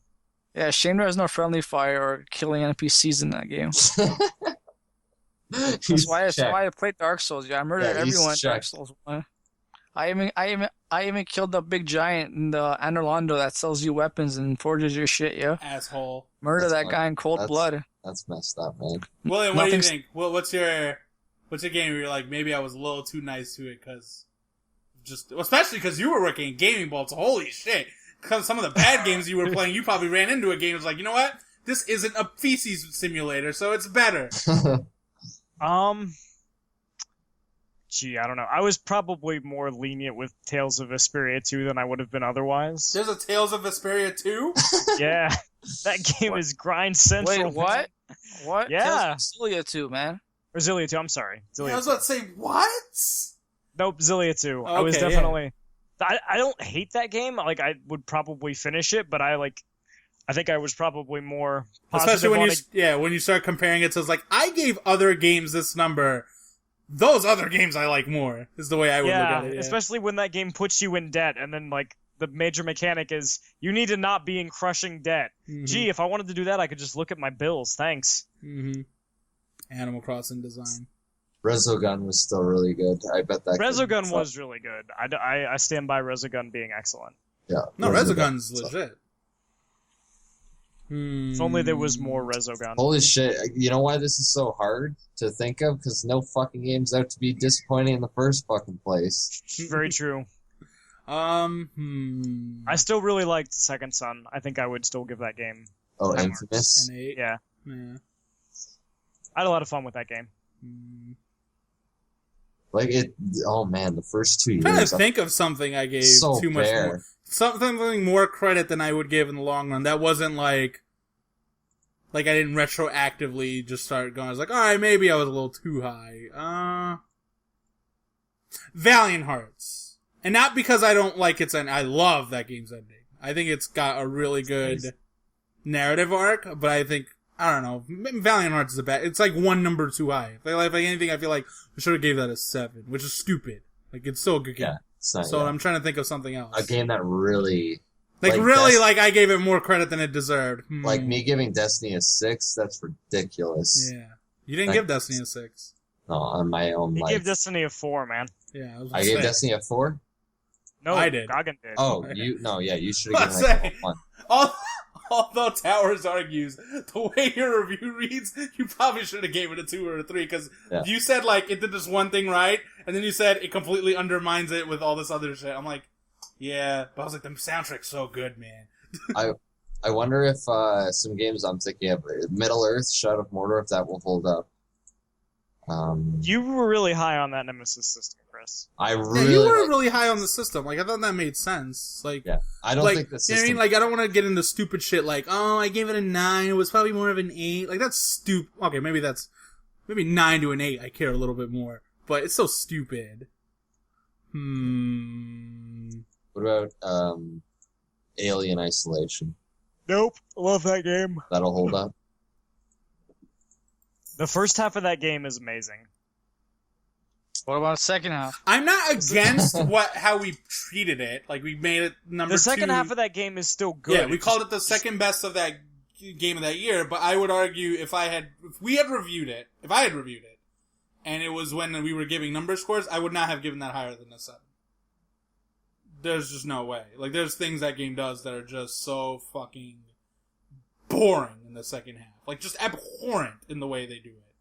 From the fucking robot section to the fucking spacewalk you have to do to the fucking the end, not the end, the end, the not the end. Like, it was doing Fade to Black bullshit that was super lame. This ain't Lord of the Rings. Cut it out. Oh, I got a game, Wolfenstein: The New Order. No, I still stand by that. I think I agree. Game. Like, if your argument is we gave it, like, that Actually, would be in the... I changed my answer to Shadow of Mordor. Yeah, we just had that conversation. Yeah, We're but not you just allowed to talk about you just all Wolfenstein chose that way. it. You Yeah, just like all chose the Wolfenstein, I psychopath. feel like would be in the similar scenario of, like, Alien. Maybe, like, literally when it came out, hated it, but then, like, a few months later I would have been like, maybe it should have been a 7. But that's, like, super semantics numbers bullshit to me. What about Titanfall? It so is. good. And you shouldn't talk that way, but no, Tittyfall was great. Yeah, Titanfall was good, again, in my opinion, I call Titanfall. You read my review, I was like, I don't think this game has all that much staying power, because the skill ceiling isn't there, there's not enough modes, and there's not enough things that make it like, this mode is strictly Titanfall. In the grand scheme of things, all that shit ended up being true. So, I don't think, I'm not to toot my own horn here, but, like, I gave it what I thought it was gonna be. Like, in the grand scheme of things, that's what it was. I still think it's a good game. I think it gets hated on for stupid reasons. Like I said, with this gen, it's delivered a lot of solid titles in the first half. Yeah, that's what I thought, yeah. Other than Bayonetta 2, a lot of it was good games, not great ones. Bayonetta 2 was, like, the legitimate great one. And even Bayonetta 2, I feel like, if that game ends up being one of the best games of this gen, as fantastic as it is, damn near a 10 on the Tom Tower scale, which you can listen to on the GameUnder.net podcast. See? Shameless plug. I think you, at the same time, if you wanted to be, like, considering I just shat on a couple games a bit during this podcast for being too much the same, that game took one too many of its cues from Bayonetta 1. The fucking ending is from Bayonetta 1. It's true. And that's, like, if someone wanted to argue that game deserves maybe less than a 9, then, yeah, I guess. If you're trying to give it, like, a 5 or something, I think you're insane, but whatever. Yeah. I don't think this gen will have, like, a perfect Dark Zero situation of people saying, oh, this game's so good next gen. And well, then it's like, Metacritic-wise, if I was thinking of a game that got way too much love, then I think Shadow of Mordor. Not because you didn't have fun, not because I don't think that game's fun, but just because I think it was a next-gen idea wrapped in a last-gen game. Like, the Nemesis system was cool. The game around it, I felt like, could have still been more interesting. Right. In that scheme of things. I think Arkham Knight, the 80-something it's batting on Metacritic, is totally a byproduct of it was the big game and it was Arkham and we're not going to be super critical of Arkham.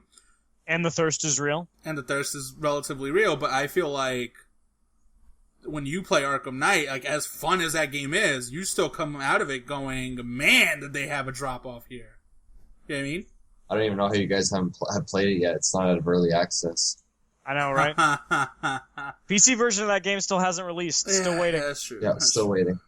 So, at the same time, I think there's underappreciated stuff that came out already.